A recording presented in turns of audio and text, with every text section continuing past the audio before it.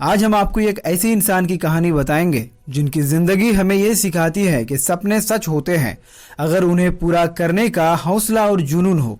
ये कहानी है एक ऐसी औरत की जिन्होंने अपनी जिंदगी के सबसे अंधेरे पलों में अपने सपने को रोशनी बनाया और दुनिया को एक नया जादू से रूबरू कराया। ये कहानी है हैरी पॉटर के राइटर जेके रावलिंग की। जेके रावलिंग यानी जोना रावलिंग 31 जुलाई 1965 को इंग्लैंड के एक छोटे से शहर याते में पैदा हुई थी। बचपन से ही उन्हें लिखने का शौक था। उनकी माँ एने उन्हें लिखने के लिए प्रेरित करती थी। एक दिन उन्होंने अपनी माँ से कहा, मैं कभी ना कभी अपनी लिखी हुई कहानियों से दुनिया को जीतूंगी।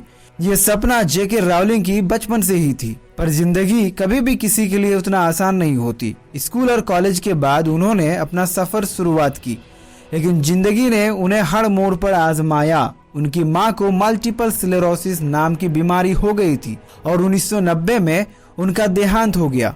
ये उनके लिए एक बहुत बड़ा झटका था, क्योंकि माँ ही उनकी सबसे बड़ी सपोर्ट थी। दिल को संभालते हुए रावलिंग अपने सपने के पीछे अपनी जिंदगी आगे बढ़ा रही थी। वो पुर्तगाल चली गई, जहां उनकी मुलाकात जॉर्ज एरेंटिस से हुई। शादी हुई और फिर उनकी बेटी जेसिका पैदा हुई, लेकिन उनका रिश्ता ज्यादा दिन तक नहीं चला। रिश्तों की टूट के साथ उनका भी दिल टूट गया और फिर वो वापस इंग्लैंड आ गई अपनी बेटी के साथ, बिना किसी सहारे के। ये वक्त उनकी जिंदगी का सबसे अंधेरा दौर था। वो बिना नौकरी के, बिना पैसों के अपने बच्चे के साथ स्ट्रगल कर रही थी।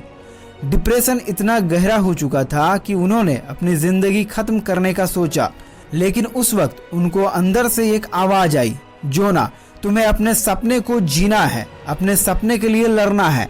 फिर एक दिन 1990 के आसपास जब वो मैनचेस्टर से लंदन की ट्रेन में ट्रैवल कर रही थी, उनके दिमाग में एक कहानी आई, जिस कहानी में एक लड़का जो अपने माँ बाप को खो चुका था, लेकिन जिसे पता चलता है कि वो एक विजार्ड है और उसका एक अपना अलग ही जादू का दुनिया है। उस लड़का का नाम था हैरी पॉटर। वो इतना ज्यादा इंस्पायर्ड थी कि उन्होंने उसी वक्त अपनी जर्नी की शुरुआत कर दी। रावलिंग ने अपने सब पैसे इकट्ठा करके अपना पहला मैन्यूस्क्रिप्ट कंप्लीट किया। फिर शुरू हुई पब्लिशर्स के चक्कर काटने की दौर। ये 1, 2, 3 नहीं बल्कि 12 पब्लिशर्स ने उन्हें रिजेक्ट कर दिया। सोचो, अगर आपके सपने को बार बार रिजेक्ट किया जाए तो कितनी तकलीफ होती है। लेकिन रावलिंग ने हार नहीं मानी। आखिरकार ब्लूम्सबेरी ने उनकी किताब को पब्लिश करने का फैसला किया, बस एक शर्त के साथ कि उनका नाम जोना रावलिंग की जगह जेके रावलिंग होगा, ताकि लड़कियों के साथ साथ लड़के भी इस कहानी को पढ़ें। साल 1997 में Harry Potter and Philosopher's Stone दुनिया के सामने आई और फिर जो हुआ वो इतिहास बन गया।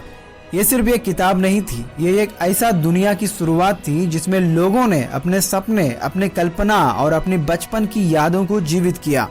हैरी पॉटर सीरीज ने दुनिया भर में करोड़ों लोगों की दिल जीत लिया और हैरी पॉटर की वजह से ही जेके रावलिंग की किस्मत रातों रात बदल गई। वो बहुत बड़ा सेलिब्रिटी बन गई और जेके रावलिंग दुनिया की सबसे प्रभावित करने वाली और अमीर ऑथर्स में शामिल हो गई।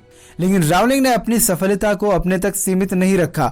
उन्होंने अपनी कमाई का बड़ा हिस्सा चैरिटी के लिए दिया है, उन लोगों के लिए जो जिंदगी के अंधेरे दौरों से गुजर रहे हैं, जैसे कभी वो गुजार चुकी थी। उन्होंने हमेशा ये कहानी बताई, अगर मैं एक सिंगल मदर जिसने डिप्रेशन को झेला अपने सपने को पूरा कर सकती हूँ, तो तुम भी कर सकते हो। आज हैरी पॉटर सिर्फ एक कहानी नहीं बल्कि एक प्रेरणा बन चुकी है और जेके रावलिंग का जीवन हमें यही सिखाती है कि लाइफ में कितनी भी मुश्किलें क्यों ना हो, कितनी भी रुकावटें क्यों ना आए, अगर आप अपने सपने पर विश्वास रखते हैं और उसके लिए लड़ते हैं तो आप अपनी किस्मत खुद लिख सकते हैं।